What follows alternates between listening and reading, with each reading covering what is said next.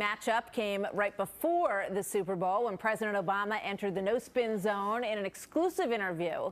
The question of big government was on the table, as well as a number of things. Take a listen to this part. Do you deny that you're a man who wants to redistribute wealth? Absolutely. You deny that? Absolutely. Bill, I didn't raise taxes once. I lowered taxes over the last 2 years. But I lowered taxes for the last 2 years. But the entitlements that you champion do redistribute wealth in the sense that they provide insurance coverage for 40 million people who don't have it. What is absolutely true is I think in this country, there's no reason why if you get sick, you should go bankrupt. Now, the notion that that's a radical principle, I don't think the majority of people would agree with you on. Then why do the majority of people in the polls not support Obamacare? Actually, I think it's pretty evenly. It's close. It's evenly divided, Bill. All right, that's a piece of it. We're going to show you more. Bill O'Reilly joins me now by phone. Good morning, Bill. Hey, Martha. Hey, so how did you think it went? You know, it's hard for me to assess that. I'm in the middle of the fray. It's a live deal, so we don't have the luxury of, like, taking it back to the studio and editing it and thinking about it. I got my questions in. I think, you know, I was suitably confrontational in a friendly way. You know, I don't like to read the blogs because I think a lot of those people are mentally ill who write on them. But I did sample some of them, and it was what I predicted on Friday in my newspaper column, which you can read on BillO'Reilly.com. Those who like Obama felt I was too intrusive and rude and this and that, and those who hate Obama felt I was too soft with him. I mean, you know, you have that crew on both sides, and they want blood, or they want you to be totally deferential. But I think the majority of people who are not ideologues, I think it was a fast-moving interview. I got a lot in 15 minutes. We have about 10 minutes more tonight that we did after that we'll show on The Factor tonight. You know, I did what I had to do. Yeah, you know, one of the things that I love about watching you interview anybody, and in particular President Obama from your first interview, is that you get, you jump right in there and you kind of get it off rhythm so that it feels like a conversation. And I thought that was a great, part of the way things played out yesterday. I want to play the part about, why do so many people hate you? Let's replay that for the folks at home. Then I want to get your thoughts on that moment, Bill. Does it disturb you that so many people hate you? No, it's a serious question. You know, the truth is the people, and I'm sure previous presidents would say the same thing, whether it was Bush or Clinton or Reagan or anybody. The people who dislike you don't know you. They hate you. Even the folks who hate you, they don't know you. That's true. What they hate is whatever funhouse mirror image of you that's out there. And they don't know you, and so you don't take it personally. No, you don't ever? No, because you know that if you Doesn't it annoy you sometimes? Look, I think that by the time you get here, you have to have had a pretty thick skin. Okay. If you didn't, then you probably wouldn't have gotten here. Bill, you know what? This president has been accused of having a very thin skin at times. Did you feel that element of him, has that changed at all? No, I think he still has a thin skin.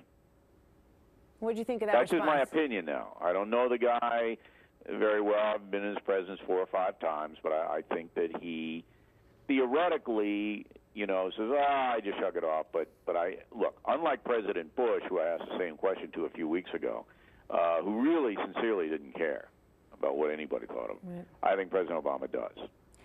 Let me ask you this. You have said on your show many times that you're having a hard time getting a handle on who this man is, who this President Obama is. Is that becoming any more clear? Did that become any more clear to you yesterday? A little bit. That's an excellent question, Martha, by the way. I'm reading Dreams of My Father now. I had, skimmed it before, but now I'm going back to read it in a closer way, the President's first book. I'm getting a little bit more of a handle on him. What I picked up yesterday was that he sincerely is a true believer, and that he believes that he stepped into the presidency, the country was on the brink of depression, and had he not spent all this money and instituted these big government policies, that the country, we'd all be in a breadline today. He absolutely 100% believes that. He doesn't see himself as a far-left guy.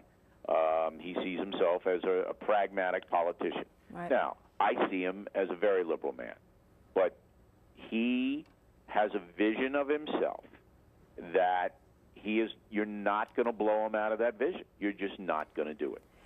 What about the moment when he talked about, the toughest thing about being president?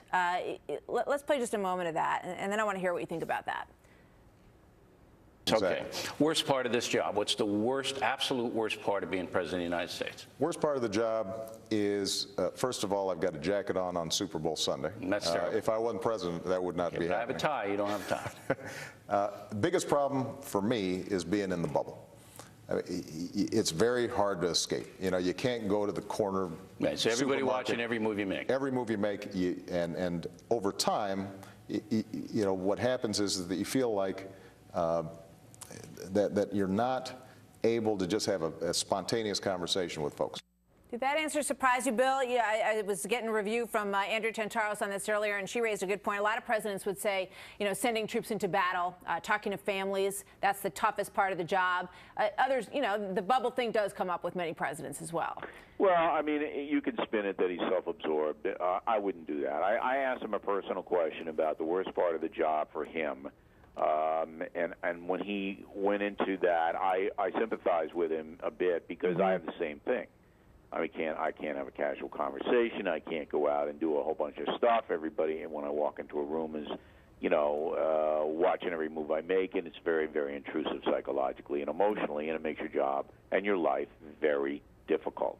I guess you could say, some people could say, he is a self-centered guy. I don't think I dispute that. But I didn't think his answer was callous. I don't think that would be fair. He's introspective, and he was telling me what he genuinely felt. Yeah, that was my take on that moment as well, that he felt that the question was about him, right. personally, and what it's like for him as a human being, and I understand what you're saying there. I also want to get your thoughts on, at the very beginning of the interview, I appreciated that you took the moment to thank him and to thank the administration for some help that they gave us at Fox News in helping two of our colleagues, Greg Palkot and Olaf Wig. And the whole thing kind of reminded me, too, of that moment way back, when they talked about the fact that Fox News wasn't a news organization, and clearly we were, treated in a very respectful way in this whole thing. I just want to get your thoughts on all that. Well, look, you have to understand that interview that we did yesterday is the most widely viewed interview, I think, of all time because of the internet. The moment it was done, it was all over the world. Everybody's looking at it. And I wanted people who don't know Fox News and all they hear about is the liberal media defining us to know that we don't have any personal animus against the President of the United States. And he did, and Robert Gibbs and the State Department did really, really good work in helping Palkot and Wig. That's the truth. So why not say that? And why not say that to him? And I wanted him to get the message that, look, we're not out to hurt you. We, the network, there might be guys like Hannity and Beck who really feel that you're not a good president and your policies are destructive. But we have other people on the staff who feel the opposite. So, yes, Fox News is skeptical of President Obama more so than the liberal networks, of course. But we're not personally invested in hurting him. And I think that statement up top was true. It needed to be said. It was in the context of the event. I'm glad I said it. Yeah, I agree. What can we look forward to coming up? Because there's more of the interview tonight, right? Yeah, I got 10 minutes more that we were able to get after the live interview was done. We go over Afghanistan and the spending thing, the spending debt thing, which I think is pretty good.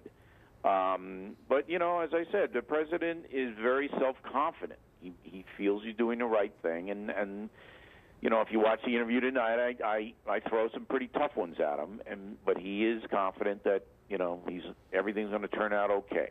Do you think he's changed, Bill? All this talk about how the presidency, his leadership, his style of doing things has evolved over the past, 60 days, couple of months or so since the Tucson event. Did you feel that in this sit-down? Did he feel like a different president, a different man to you in any way? No. Yeah. He's always been supremely self-confident. I think that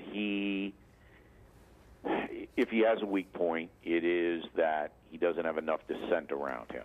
I think that he looks at it from a doctrinaire point of view, that he has a lot of people around him telling him that's right, that's right, that's right, and it's not always right.